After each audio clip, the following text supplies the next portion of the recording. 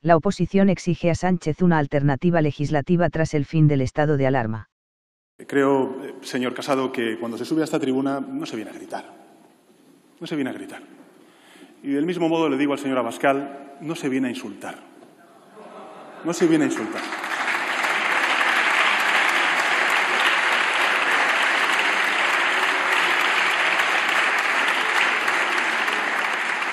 Se viene pues, a exponer críticas, justas o injustas, a su parecer, argumentos, propuestas, que creo que es en realidad lo que pide la ciudadanía, lo que exige la ciudadanía, sobre todo en un contexto como el que estamos viviendo, a sus representantes públicos.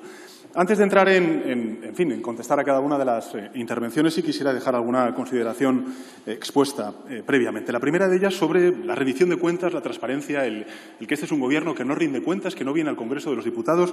Mira, hay múltiples ejemplos de la transparencia informativa, de la comunicación que hemos tenido con todos los ciudadanos y ciudadanas durante estos meses largos de pandemia. Pero lo que no se puede decir, señorías, es que ni la presidencia del Gobierno ni los ministros y ministras del Gobierno de coalición hayan rendido cuentas ante ustedes, ante sus señorías, ¿no? Bueno, yo he comparecido personalmente en 35 plenos en esta Cámara. En 35 plenos, señoría. Llevamos menos de 2 años de legislatura. 13 en el primer estado de alarma y 31 desde el inicio de la pandemia. He participado en 29 sesiones de control, señorías. Y cuando hablamos de cogobernanza, por citar el ejemplo de la cogobernanza, pues estamos hablando de 302 reuniones de los distintos departamentos ministeriales con las distintas comunidades autónomas, 201 conferencias sectoriales, 101 comisiones sectoriales y ha habido 99 encuentros del Consejo Interterritorial del Sistema Nacional de Salud, 81 exclusivas de sanidad, a las que hay que sumar otras 18 junto con otros departamentos, 14, por ejemplo, en el ámbito de agricultura, 2 en el ámbito de educación, 1 en cultura, otra en política universitaria. En definitiva, señoría, lo que les quiero decir, sobre todo a la bancada conservadora, es que lecciones de transparencia y rendición de cuentas a este Gobierno, ninguna. Ninguna.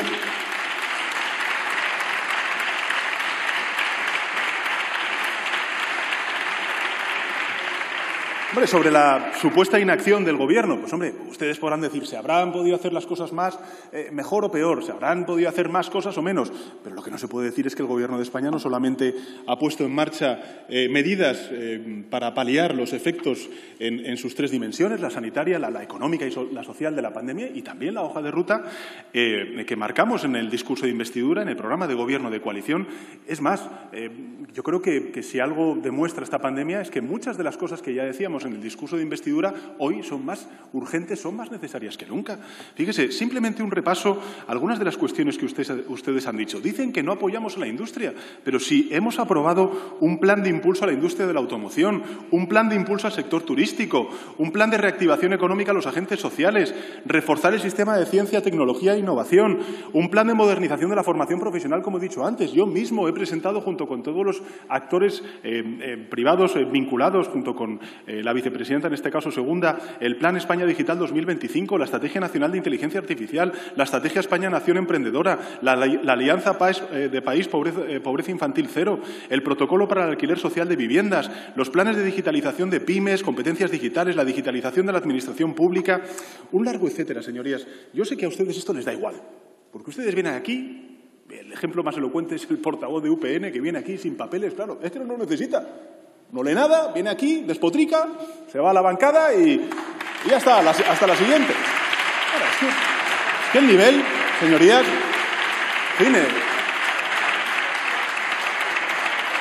claro que sí.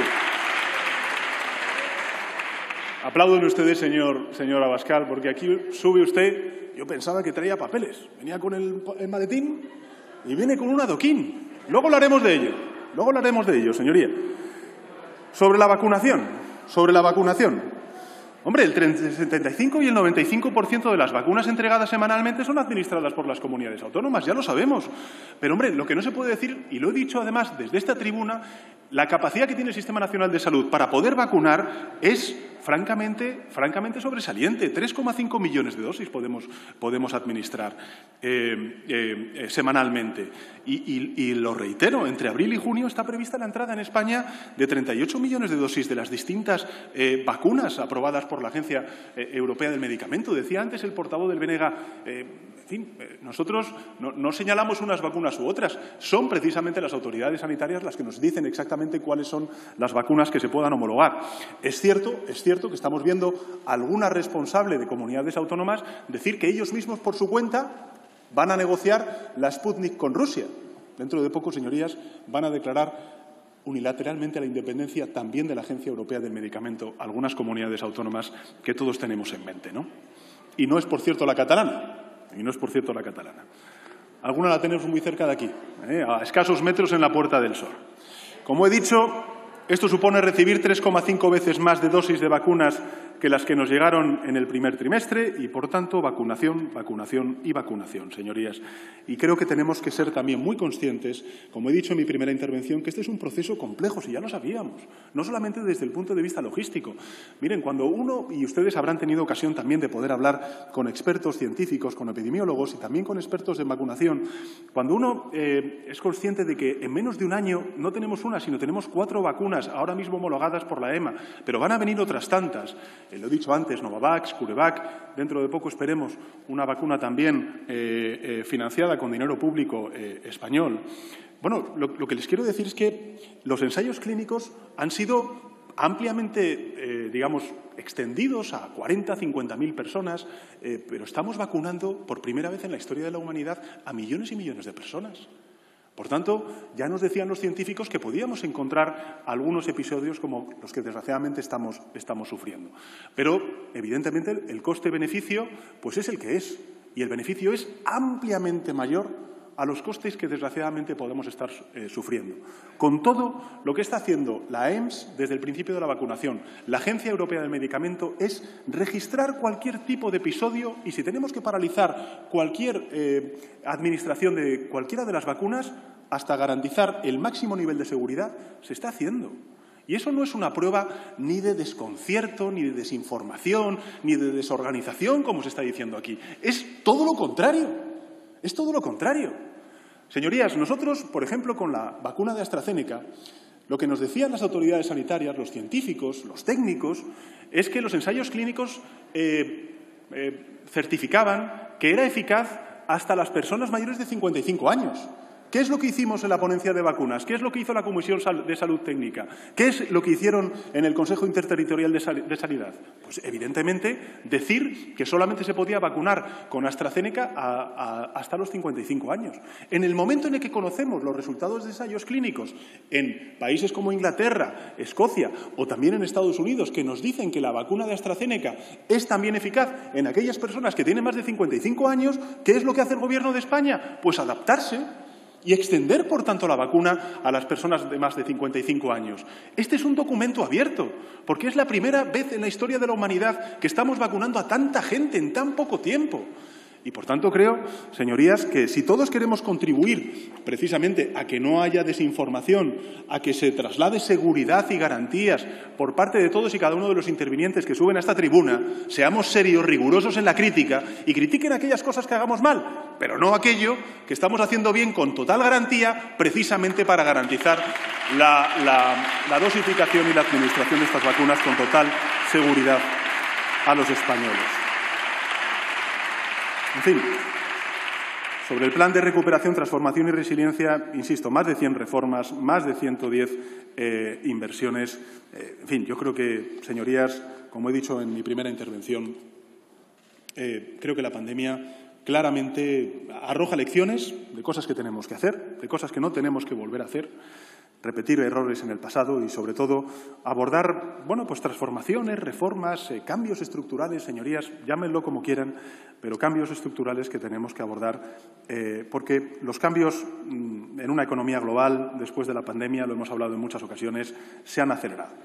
Desde luego, la transición ecológica yo creo que es el gran paradigma de ello, la transformación digital también, y lo que no se puede negar a este Gobierno, con independencia de que puedan a lo mejor faltar cosas, especificar otras, concretar algunas más allá, lo que no se puede decir es que este Gobierno imprime mejor dicho, una perspectiva integradora de esos dos cambios disruptivos como es la transición ecológica y la transformación digital. Lo estamos haciendo. La perspectiva social, la perspectiva territorial y, no me cansaré de decirlo, también la perspectiva de género, para que precisamente el 51% de la población, que son las mujeres, no se vean descolgadas de esta gran transformación y modernización de nuestro país. Bueno, señor Casado, pues no sé, yo es que le veo inquieto. Le veo inquieto. Le veo gritando mucho. Viene aquí, sube, grita. Dice, ¿quién se ha creído usted? Bueno, yo no sé qué me he creído, pero no soy menos que usted, señor Casado. Yo le reconozco la autoridad, la competencia y la representación. Haga lo mismo conmigo. Haga lo mismo conmigo.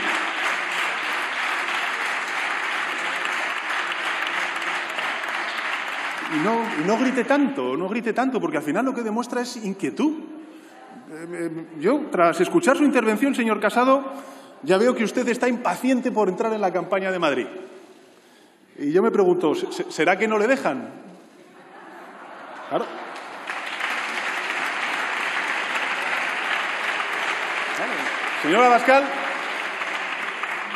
Señora Abascal se fue a Vallecas a montar bronca.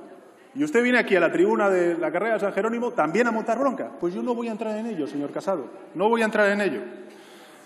Mire, estamos en el año 2021. Antes lo ha dicho la portavoz del Grupo Parlamentario Socialista. El objetivo del Gobierno de España es vacunar, vacunar y vacunar. Agradezco su inestimable ayuda. Siempre una crítica constructiva, siempre un apoyo, siempre un aliento, siempre una propuesta del señor Casado en sus intervenciones. La verdad es que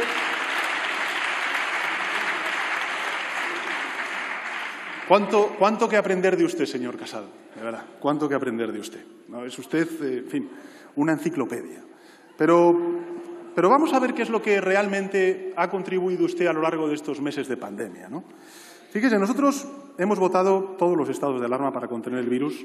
Usted ha votado a favor, se ha abstenido y ha votado en contra. Esa es la viva prueba de su consistencia política.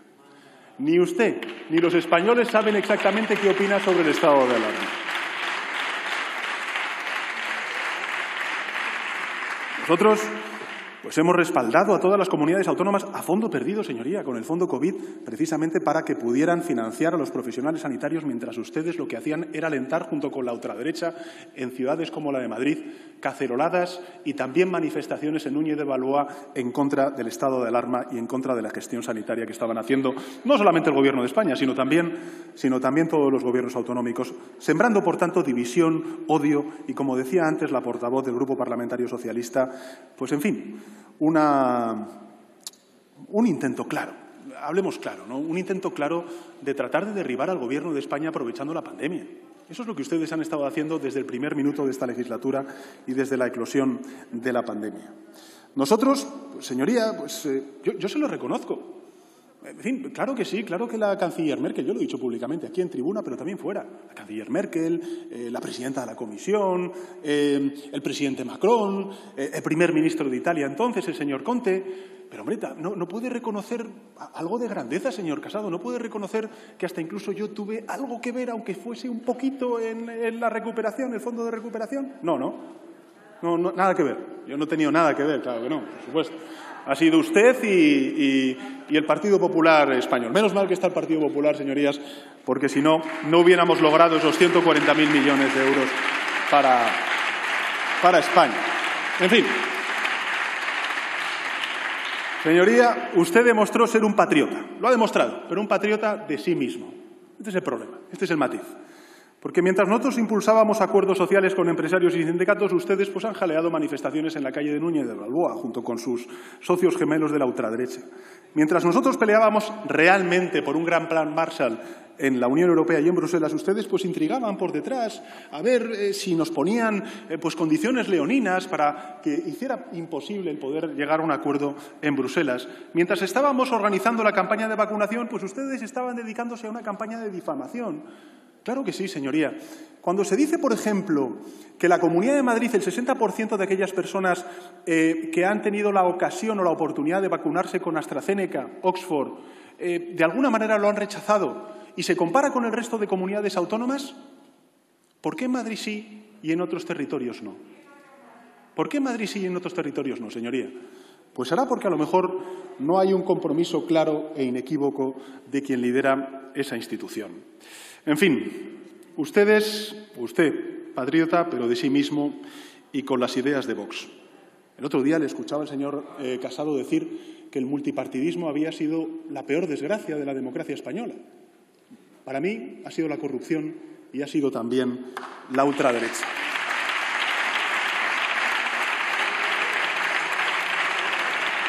Bueno, eso es lo que ha pasado durante la pandemia, señoría, pero en fin, que ahora estamos en la recuperación. ¿Dónde está usted? Pues yo, en fin, le veo gritón, le veo faltón, como siempre, impaciente, inquieto, buscando bronca en la carrera de San Jerónimo, pero yo no le voy a seguir. Fíjese, nosotros lo que hemos hecho durante estos meses largos de pandemia, señoría, ha sido salvar vidas gracias al estado de alarma. Ha sido, sí, señorías, ha sido impulsar una compra centralizada de vacunas en la Unión Europea y ahora mismo estamos garantizando una vacunación masiva que está aumentando durante estos meses, como hemos dicho, y en particular a partir de este segundo trimestre. Decíamos también que íbamos a impulsar la recuperación y vamos a recuperar este país hasta el año 2023, señorías. ¿Y qué es lo que usted ha hecho? Pues usted ha votado no al estado de alarma, usted ha sembrado dudas sobre la vacunación y ustedes pues han dicho un no rotundo en esta Cámara a la recuperación económica. Y yo no le voy a seguir, señoría. Los españoles ya son muy conscientes de que podemos superar las dificultades sin la ayuda del Partido Popular y del señor Casado. Están ya bastante cansados los españoles porque hemos tenido muchos debates como este, señorías.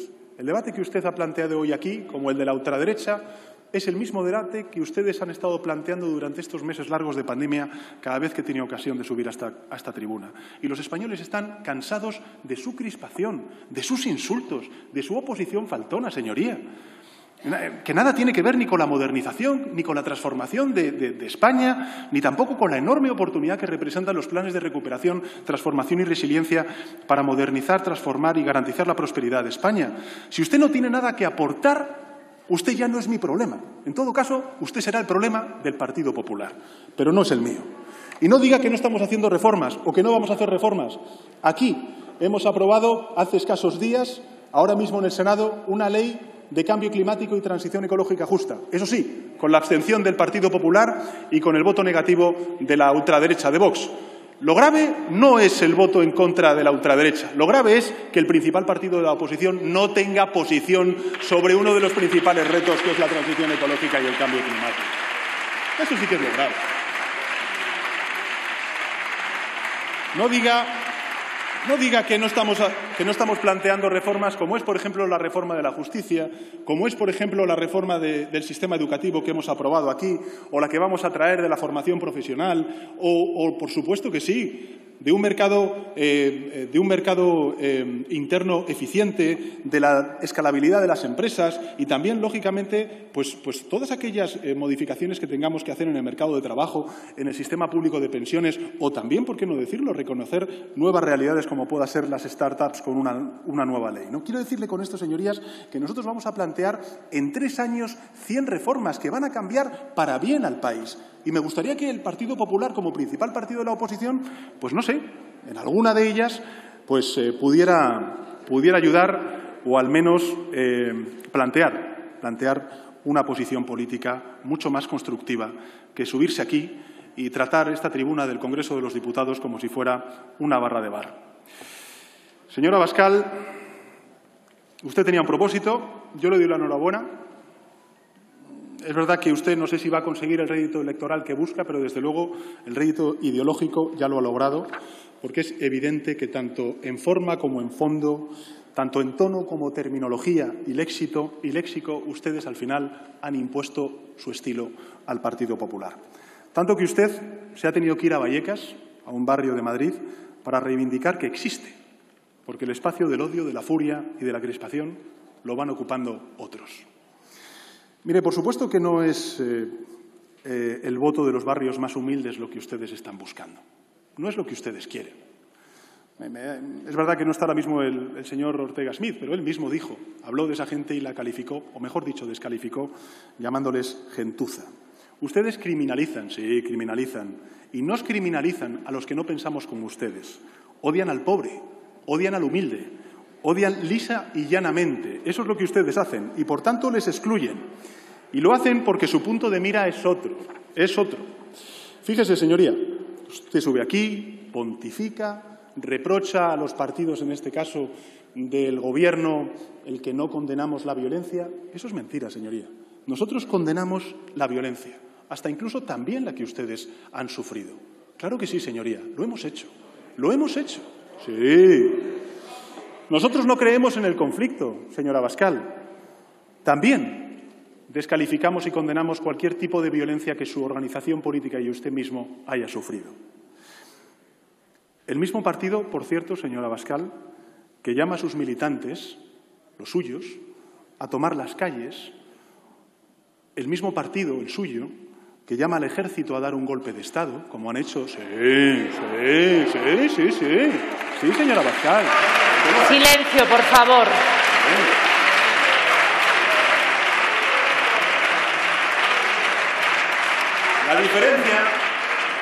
La diferencia, señora Abascal, señorías de Vox, es que nosotros condenamos todo tipo de violencia y ustedes no condenan la violencia de las mujeres, de los inmigrantes o la que sufren también los colectivos LGTBI.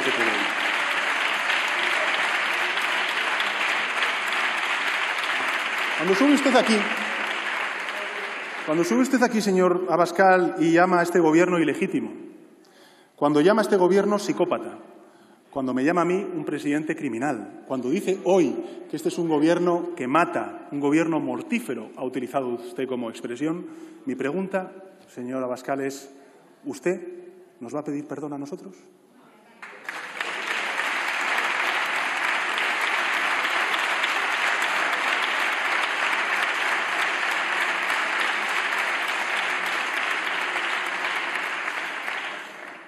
En todo caso, ya sé que nos van a insultar, nosotros vamos a aguantar, vamos a resistir, señora Abascal, no le quepa la menor duda, pero le aseguro que no voy a permitir que usted insulte a los españoles que no piensan como usted. Y no lo voy a permitir porque la democracia española va a vencer, sin duda alguna, a su miedo, a su furia y a su odio. El suyo, quiero decir. Fíjese, señora Abascal, ustedes fueron el primer partido político, se lo reconozco, el primer partido político, el primero que pidió el estado de alarma. Y el primero en pedir que se levantara el estado de alarma. Puede resultar paradójico lo que le digo, señora Abascal, pero da la sensación de que usted no sabe dónde tiene la mano derecha.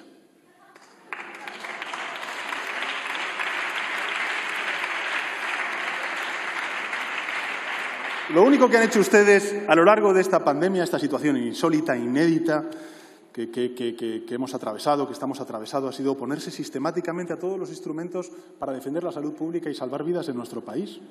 El estado de alarma, la protección social, todos los paquetes que hemos puesto en marcha para proteger a trabajadores, a empresas, la creación del ingreso mínimo vital, que ustedes han descalificado diciendo que era una paguita, que era algo así como…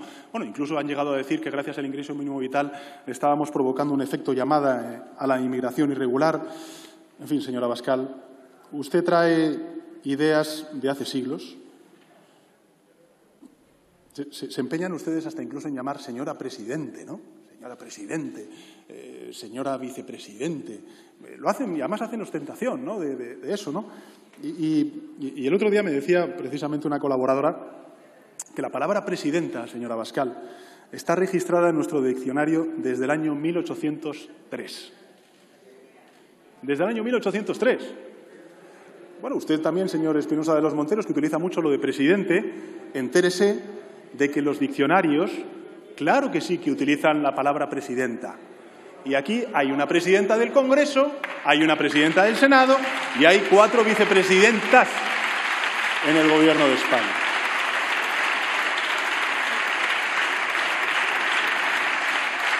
De todas formas, si me permite el sarcasmo, señora Abascal, yo le felicito porque la derecha es hoy lo que es gracias a ustedes. Ya tienen su mejor creación, el potaje del señor Casado, un poquito de allí, un poquito de allá. y algo de Toni Cantó, que siempre tiene que estar en todas las salsas. Pero sucede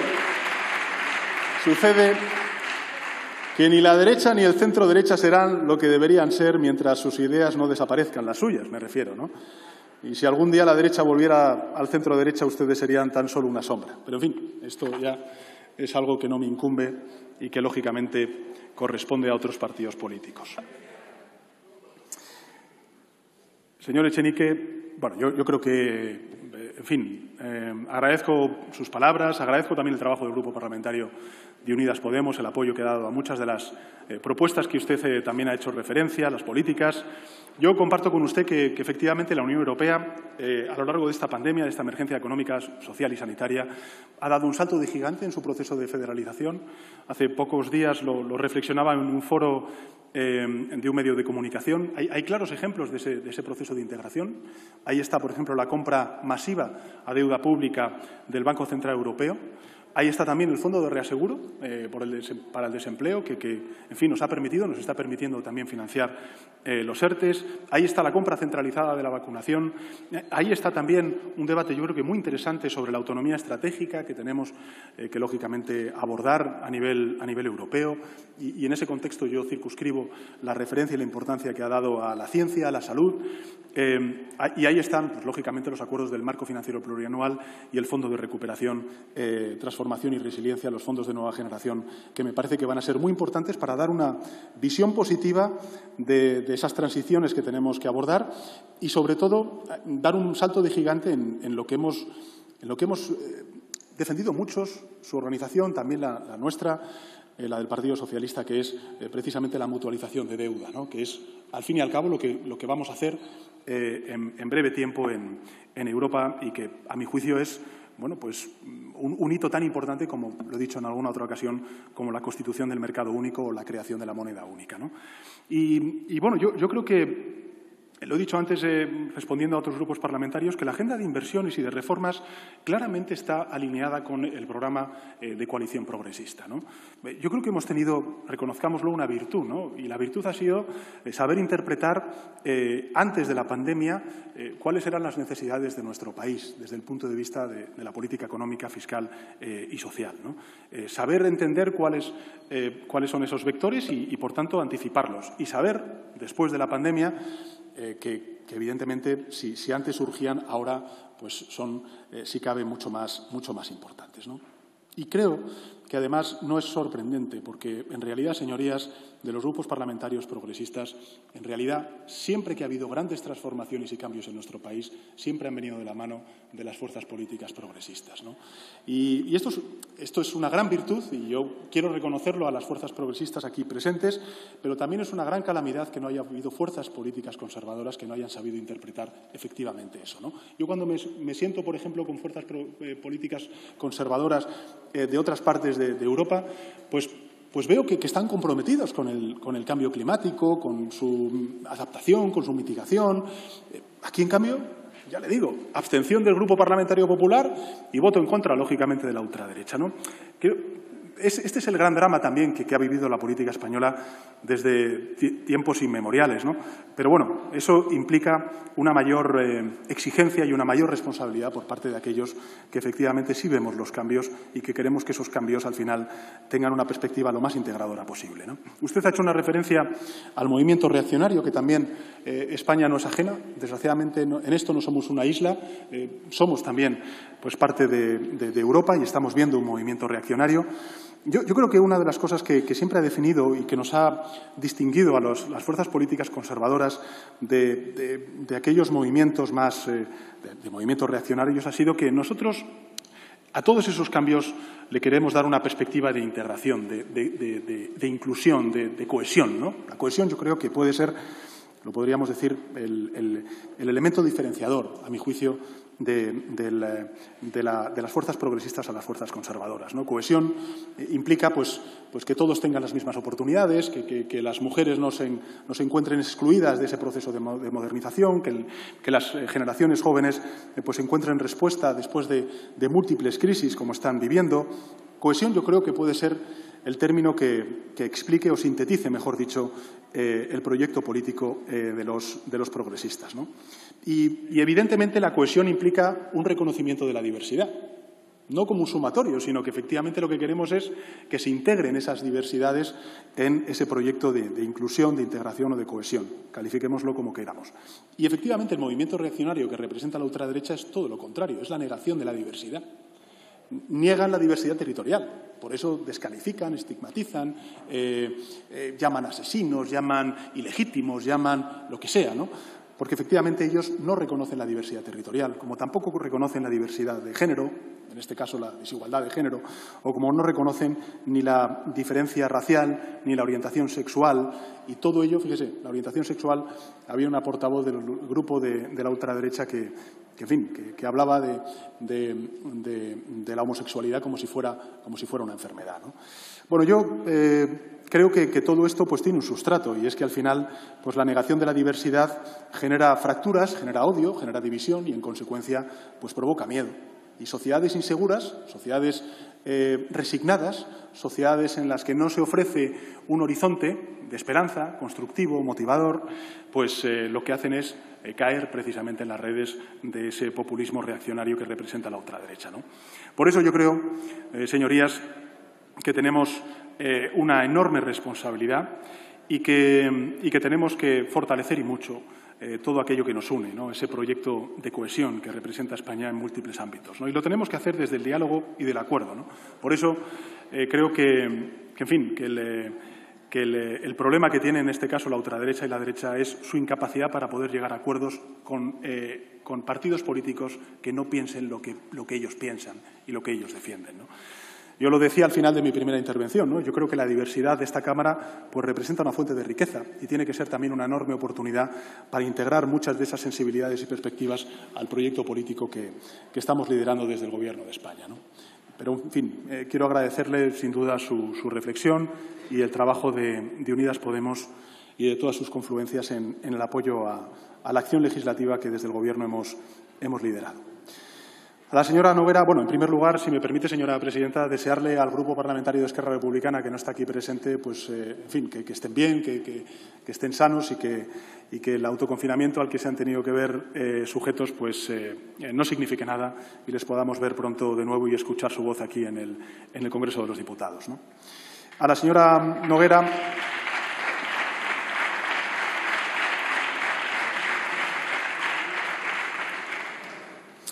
Es que es difícil porque, claro, si usted niega que el Gobierno de España ha movilizado un 20% del Producto Interior Bruto en ayudas directas, en ayudas a los trabajadores, en moratorias fiscales, en moratorias para desahucios, en ayudas a los trabajadores autónomos, pues claro, es que entonces partimos de una premisa equivocada, ¿no? Y es que ustedes pues consideran que no ha existido esa movilización de recursos y, por tanto, yo niego la mayor, ¿no?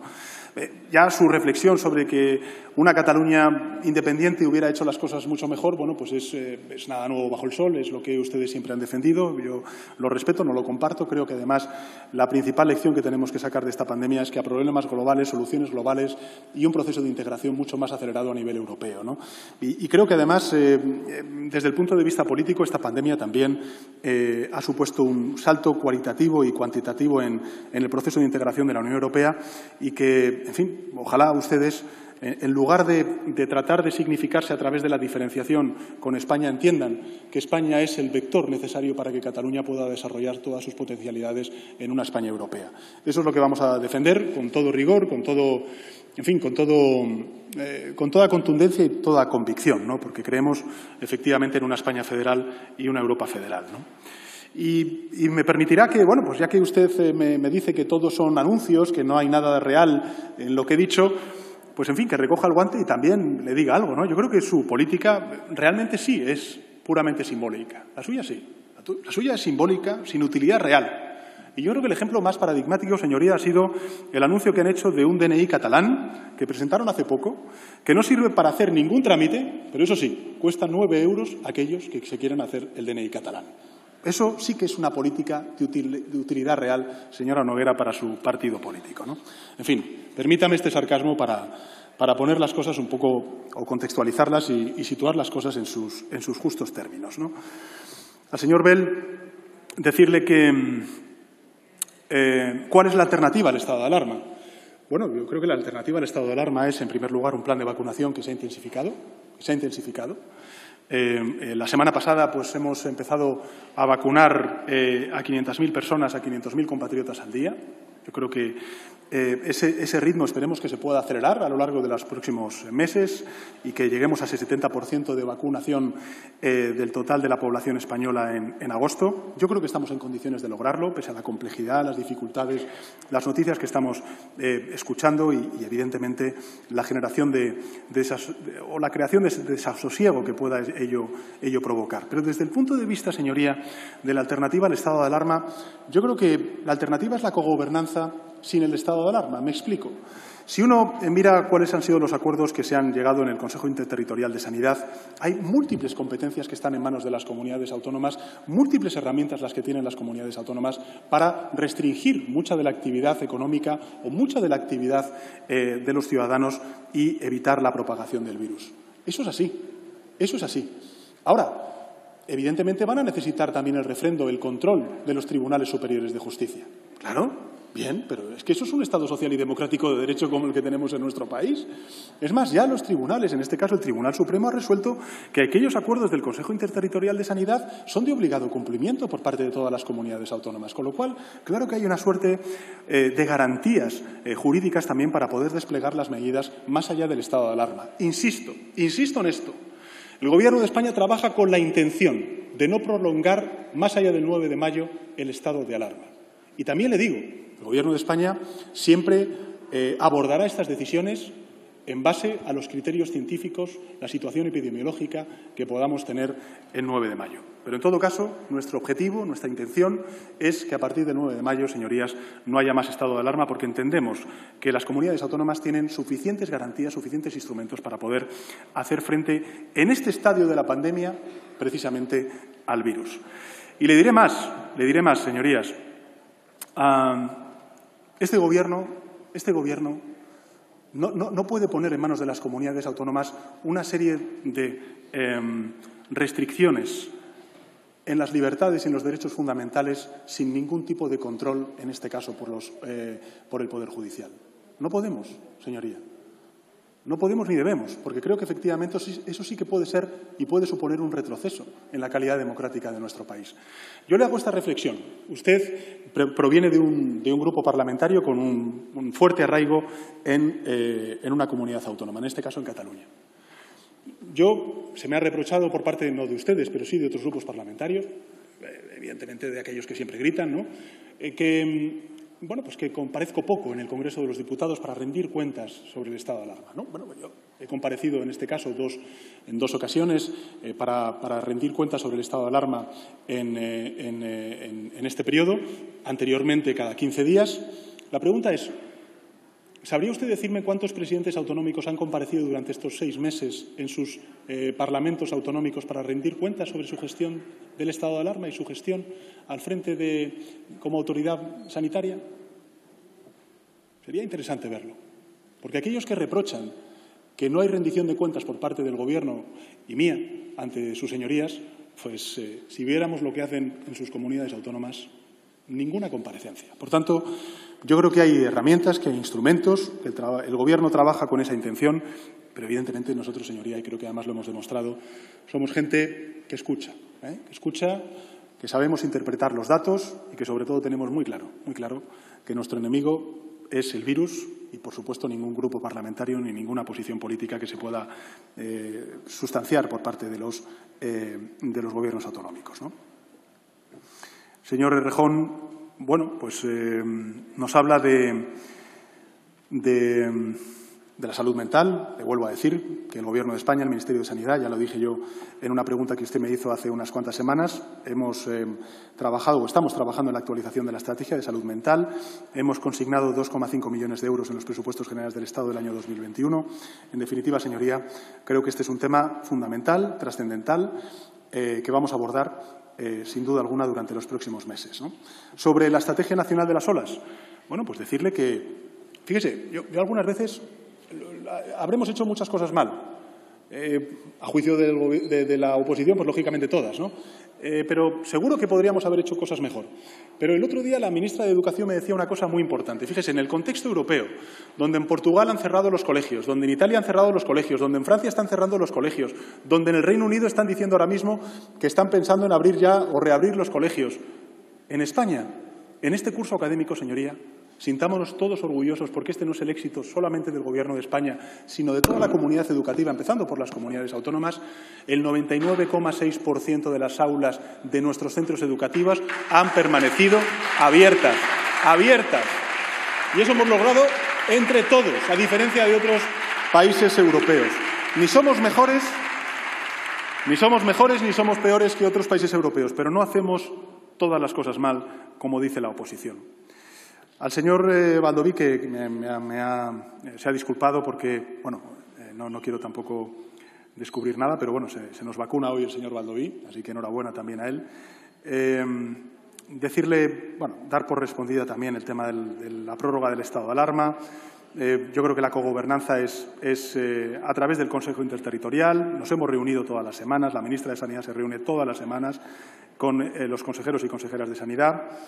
Sobre los fondos europeos, recordar, y además lo preside la ministra de Hacienda, que hay una conferencia sectorial en la que bueno, pues, están todas las consejerías de las comunidades autónomas, está la Federación Española de Municipios y Provincias, que hay una mesa de interlocución con los agentes sociales que se va a reunir precisamente esta tarde y hay foros de alto nivel también en todos los departamentos para diseñar estos planes de recuperación, ¿no?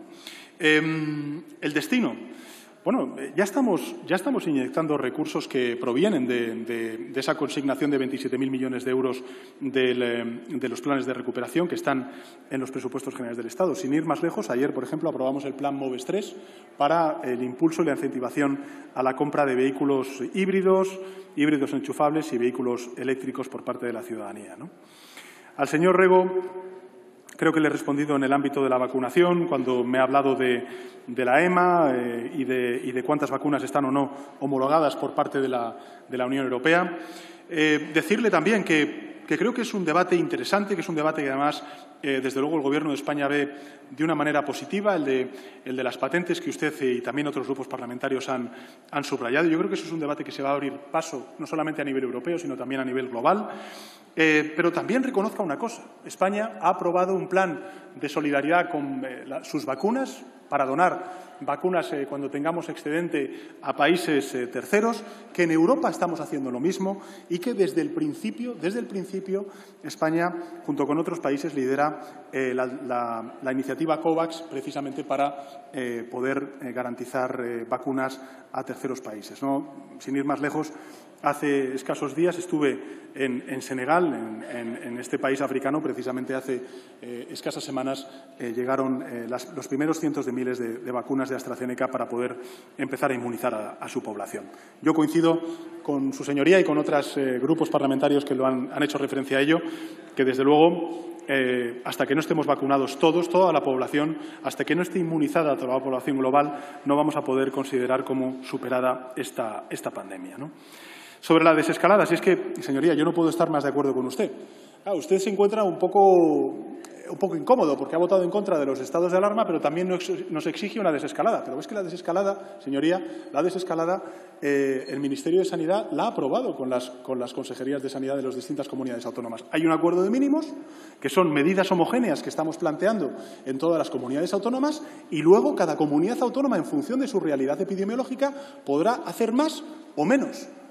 Y lo estamos viendo. Estamos viendo cómo, por ejemplo, pues comunidades autónomas, la suya, o el País Vasco, o Navarra, han anunciado nuevas restricciones como consecuencia de la situación epidemiológica, y hay otras comunidades autónomas que no reconocen esa realidad. Pero, insisto, en el ejercicio de las competencias que tienen todas las comunidades autónomas, desde luego estamos haciendo ese ejercicio de desescalada o de reescalada en función de cuál sea la curva de contagios. Me permitirá una digresión, señoría. Hoy, cuando escucho algún reproche en algún medio de comunicación sobre que la canciller Merkel trata de homogeneizar algunas de las respuestas que se están haciendo por parte de los Länder en Alemania, bueno, pues un sistema compuesto como es el nuestro, tengo que decirle que llevamos haciéndolo meses y meses. desde al menos el inicio del segundo estado de alarma, ya por el mes de octubre, y sin duda alguna también una vez lo levantamos el primer estado de alarma por el mes de junio, ¿no? Sobre el plan de recuperación, señoría, en fin, le he dicho antes que absoluta transparencia, absoluto diálogo con todos los sectores implicados. Y además, le he puesto un ejemplo, ¿no? El ejemplo es que en todas las manifestaciones públicas de interés que se han lanzado por parte de distintos ministerios ha habido millares y millares de iniciativas presentadas por múltiples empresas, no solamente grandes empresas, sino también pequeñas y medianas empresas. Tengo que decirle una cosa, también al reproche que me hacen otros grupos parlamentarios de si estos recursos económicos van a ir destinados solamente a las grandes corporaciones, ¿no? Bueno, decirle que por cierto, hace muy pocas semanas, para abordar políticas de saneamiento de aguas, etcétera, etcétera, etcétera, que está muy vinculado con el territorio y que, por tanto, no son grandes empresas, sino, bueno, pues son realidades con una dimensión menor, pues hemos aprobado ya recursos que están enmarcados en el Plan de Recuperación, Transformación y Resiliencia. Con lo cual, somos muy conscientes de que tenemos que atender a todas las realidades empresariales y a todas las realidades territoriales. Pero usted comprenderá que, por ejemplo, sectores como el sector de la automoción necesitarán del concurso de todos los operadores.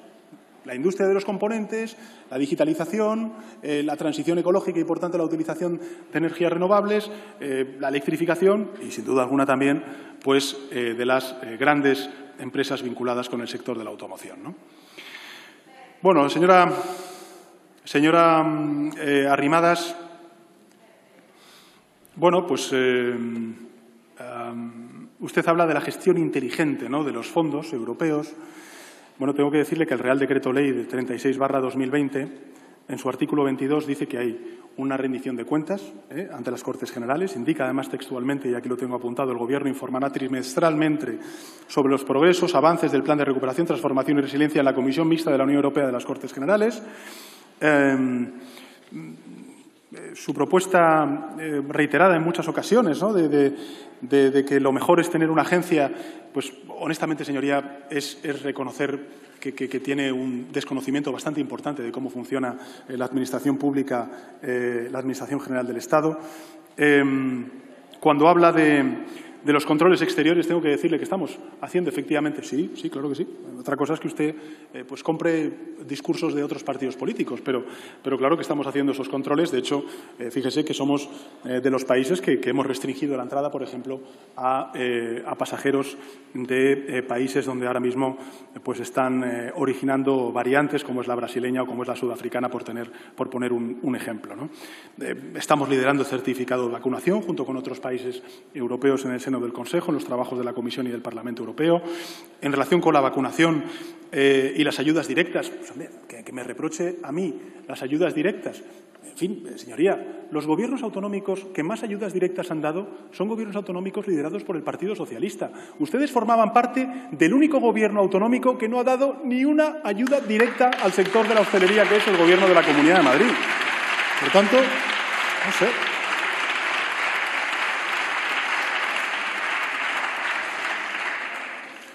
No sé, señoría, el PP rompe unilateralmente con ustedes en Madrid, les roba tránsfugas, conspira para su desaparición, además sin ningún tipo de empacho, robándoles cargos en toda España. Y usted, la propuesta de su candidato es volver a reeditar ese Gobierno de la Comunidad de Madrid. Lo suyo con el PP, señora Arrimadas, es síndrome de Estocolmo. Es síndrome de Estocolmo.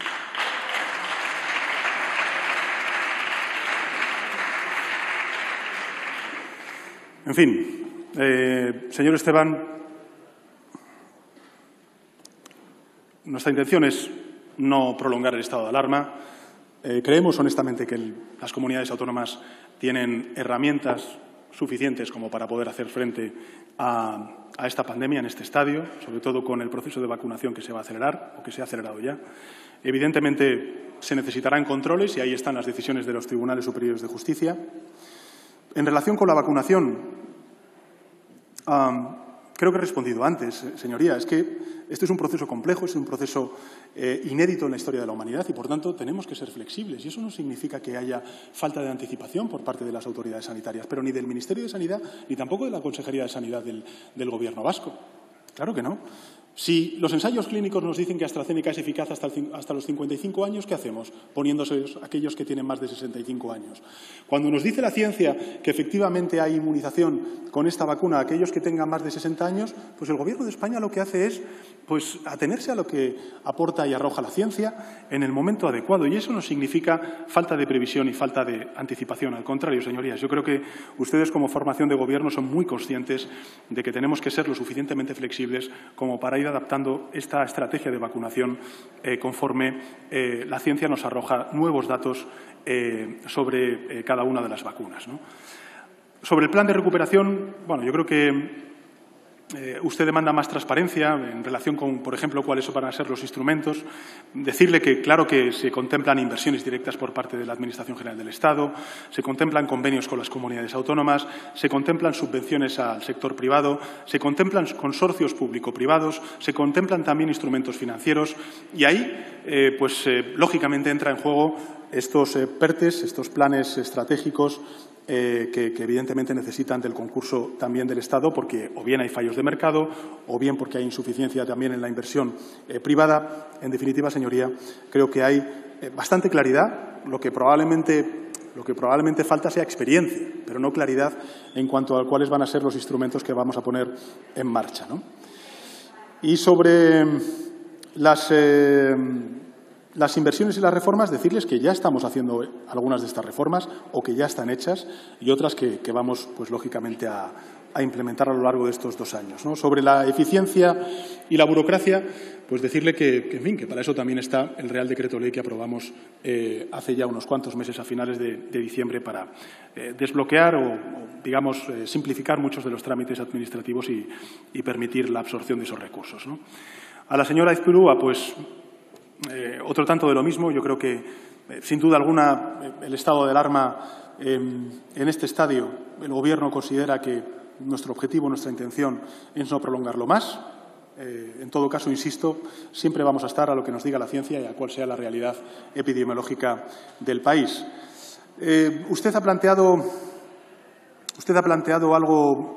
Bueno, por cierto, usted reprocha que el Gobierno, el salario mínimo interprofesional, le diré con toda humildad que no hay ningún país de nuestro entorno que haya subido tanto el salario mínimo en tan poco tiempo como el Gobierno de España. Y, por tanto, sí que estamos dando cumplimiento a la Carta de Derechos Sociales que usted ha planteado, ¿no?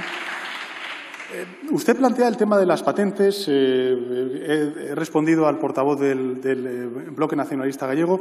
Sí decirle varias cuestiones complementarias. La primera es que, evidentemente, el objetivo del Gobierno de España ahora mismo es, si me permite, vacunar a la población española en todos los territorios de nuestro país. Ese yo creo que tiene que ser el objetivo. No tenemos que olvidar que el Gobierno de España ha pagado más de 2.000 millones de euros a las grandes farmacéuticas en el contexto de esa compra centralizada por parte de la Comisión Europea, no solamente para tener disponibles esas vacunas, sino también para anticipar recursos económicos y esas farmacéuticas pudieran acelerar los procesos de investigación y tener la vacuna en un tiempo récord como hemos tenido, ¿no? Pero nuestro objetivo ahora mismo es vacunar a la población española, llegar a ese 70% de la población española inmunizada a partir o antes de que termine el verano. Y nuestro objetivo también, señorías, es vacunar en el año 2022 y en el año 2023. Y, por tanto, como dijo la Comisión Europea hace escasos días, ya se está trabajando en una compra de nuevo centralizada y pública de nuevas vacunas para Europa que hagan o que den respuesta, mejor dicho, a las nuevas variantes que puedan surgir del virus del COVID-19. Por tanto, quiero decirle con esto que nuestro objetivo, lógicamente, es, señorías, terminar el proceso de vacunación en España, que todos los españoles, todos los compatriotas que quieran vacunarse lo puedan hacer, puedan vacunarse con todas las garantías y con todas las seguridades. 2, en el plano europeo, seguir impulsando la compra centralizada de vacunas para hacer frente a estas nuevas variantes en el año 2022 y en el año 2023. Y, finalmente, como usted bien ha comentado, tenemos, lógicamente, que abordar como España y como europeos un proceso de vacunación a escala global. Pero, insisto, ese debate, el debate sobre las patentes, yo creo que es un debate importante, es un debate interesante. Como fuerza progresista que yo represento desde esta tribuna, tengo que decirle que estamos dispuestos a abordar ese debate, pero que es un debate mucho más complejo que solamente el de levantar las patentes. También hay un desafío de producción, de fabricación, de multiplicación de la escala de fabricación de estas vacunas y, lógicamente, también no correr el riesgo de desincentivar la investigación porque, efectivamente, no sabemos cuántas variantes vamos a poder tener en el futuro de este virus. Por tanto, insisto, dispuestos a abrir ese debate, dispuestos a liderarlo en los foros multilaterales a los cuales usted ha hecho antes referencia. La OMC, sin lugar a dudas, uno de ellos. Pero el debate es mucho más complejo y, por tanto, si queremos hacerlo bien, atendamos a todas las perspectivas del mismo. A la señora Vehí, de la CUP, pues decirle que no sé muy bien a qué ha hecho usted referencia, de que nosotros estamos en contra de la tasa Tobin. Hemos aprobado el impuesto de transacciones financieras, hemos aprobado también, en fin, el impuesto a las grandes corporaciones tecnológicas. Nuestra prioridad ahora mismo, señoría, es la recuperación económica. Yo creo que todos lo que tenemos que hacer es consolidar, ¿no?, la recuperación económica, consolidar la creación de empleo, que es lo que nos piden muchos empresarios, lo que nos piden también muchos grupos parlamentarios, la mayoría de los grupos parlamentarios aquí. Usted misma algunas veces ha hecho referencia desde esa tribuna a esas medidas. Pues moratorias en el pago de impuestos, moratorias en el pago de alquileres. Eso es lo que está haciendo el Gobierno de España, señoría. Por eso tenemos el déficit que tenemos, por eso tenemos este salto de deuda pública que hemos tenido que dar, porque bueno, pues estamos haciendo frente a una pandemia y una emergencia económica y social sin precedentes en nuestra historia, ¿no? Y por eso es tan importante el plan de recuperación, porque el plan de recuperación no solamente nos va a permitir consolidar unos niveles de PIB previos a la pandemia, sino que nos va a dar algo que para una fuerza progresista como la suya o una fuerza de izquierdas como la suya será interesante, digo yo. Y es que vamos a recuperar los niveles de inversión pública previos a la crisis financiera de 2008. Y esto es fundamental si queremos abordar las transformaciones y las transiciones que tenemos por delante, desde el punto de vista del cambio climático, de la transformación digital y la recualificación y la capacitación de nuestro capital humano. En definitiva, señoría, yo creo que para una fuerza de izquierdas, como usted se precia de ser, pues, en fin, que tengamos 140.000 millones de euros, 70.000 millones de euros en estos primeros 3 años para hacer todas estas reformas y todas estas transformaciones, pues, evidentemente, ¿qué quiere que le diga, señoría? Pues creo que no puede encontrar reproche. Usted dice, bueno, sí, pero habrá reformas, habrá transformaciones. Claro que sí, tendremos que hacer reformas y transformaciones para que muchas de estas inversiones puedan sostenerse y financiarse en el futuro sin tener que necesitar esa inyección extra de inversión pública. Y bueno, usted dirá que bueno, una reforma progresista del sistema público de pensiones o el mercado de trabajo es la que usted defiende. Pero, al igual que yo no le descalifico sus propuestas, al igual que no estigmatizo sus propuestas y digo que no son de izquierdas y no son progresistas, pues, hombre, tenga usted también la humildad de no descalificar nuestras propuestas y decir que no son progresistas y que no son de izquierdas, ¿no? A la señora Oramas, y por cierto, no ha intervenido el señor Quevedo de Nueva Canaria, no sé si es por alguna circunstancia, si es así, espero que se encuentre bien. Bueno, la señora Oramas, ayer tuve ocasión de responder al señor Clavijo en el Senado algunas de las cuestiones que ha suscitado en la tribuna.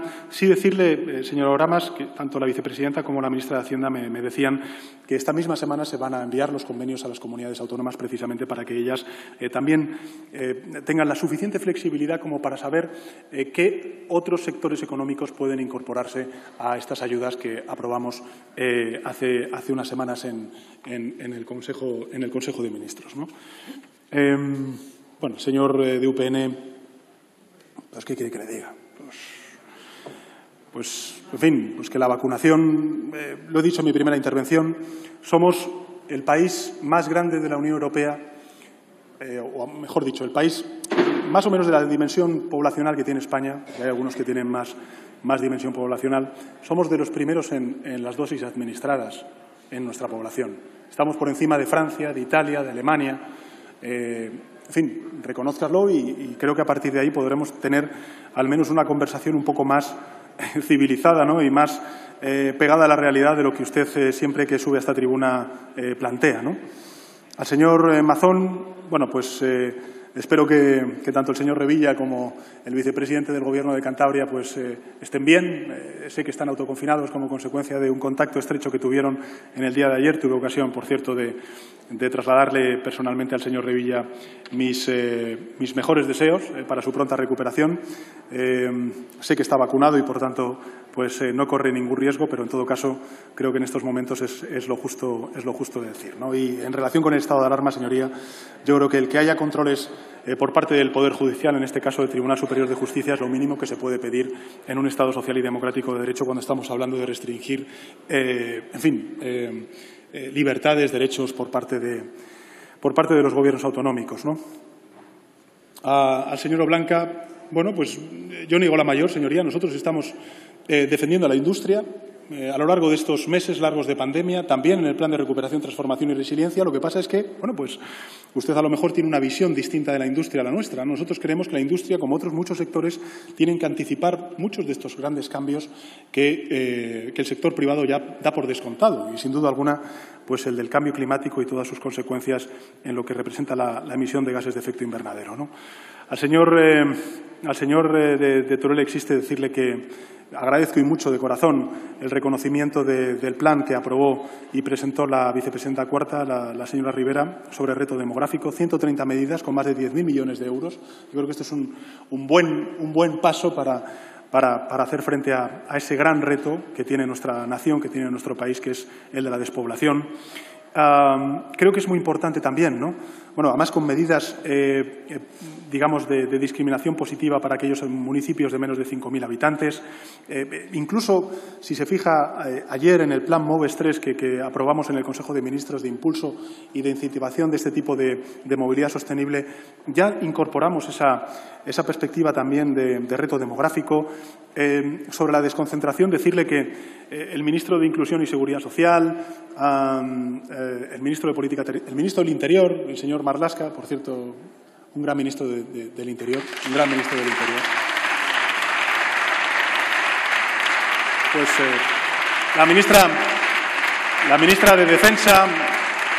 ministra de Defensa, pues estamos tratando de desconcentrar muchas de las nuevas sedes que bueno, pues con otros gobiernos claramente se instalaban en la capital de España. Pues estamos desconcentrando y tratamos de dar respuesta a esa diversidad territorial, ¿no? Pero me parece muy importante también recordar una cosa significativa, señoría, y es que nosotros incorporamos la cohesión territorial como uno de los ejes horizontales que va a explicar todos y cada uno de los pilares de las políticas palanca, de las componentes del Plan de Recuperación, Transformación y Resiliencia. El reto es enorme porque la inercia es enorme, no solamente en España, sino en el conjunto del mundo. Este es el siglo, se dice, ¿no?, el siglo de las grandes ciudades, de las grandes metrópolis, y nosotros lo que queremos es revertir en la medida de nuestras posibilidades esa inercia, dando oportunidades a todos los territorios, ¿no? Y a la señora Lastra, pues a la portavoz del Grupo Parlamentario Socialista, en su nombre y también en representación de los diputados y diputadas del Grupo Parlamentario Socialista, de corazón, muchísimas gracias por el trabajo, por el apoyo que nos habéis dado, si me permite sus señorías, que nos habéis dado durante estos meses largos de estado de alarma y de legislatura, ¿no? Yo creo que es un orgullo, si me permiten, pues ser secretario general del Partido Socialista Obrero Español.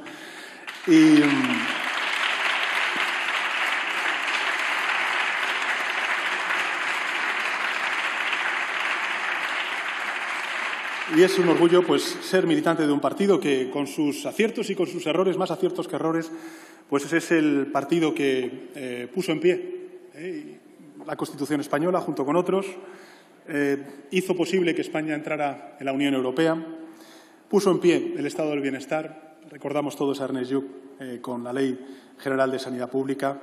Ha puesto en pie muchos de los derechos y libertades que afortunadamente hoy disfrutan los españoles y españolas. Y de nuevo, pues nos toca lo que nos ha tocado siempre a lo largo de más de los 140 años de historia del Partido Socialista Obrero Español: hacer avanzar a nuestro país sin que nadie quede atrás. Muchísimas gracias, Adriana. Muchísimas gracias, señorías del Grupo Parlamentario Socialista.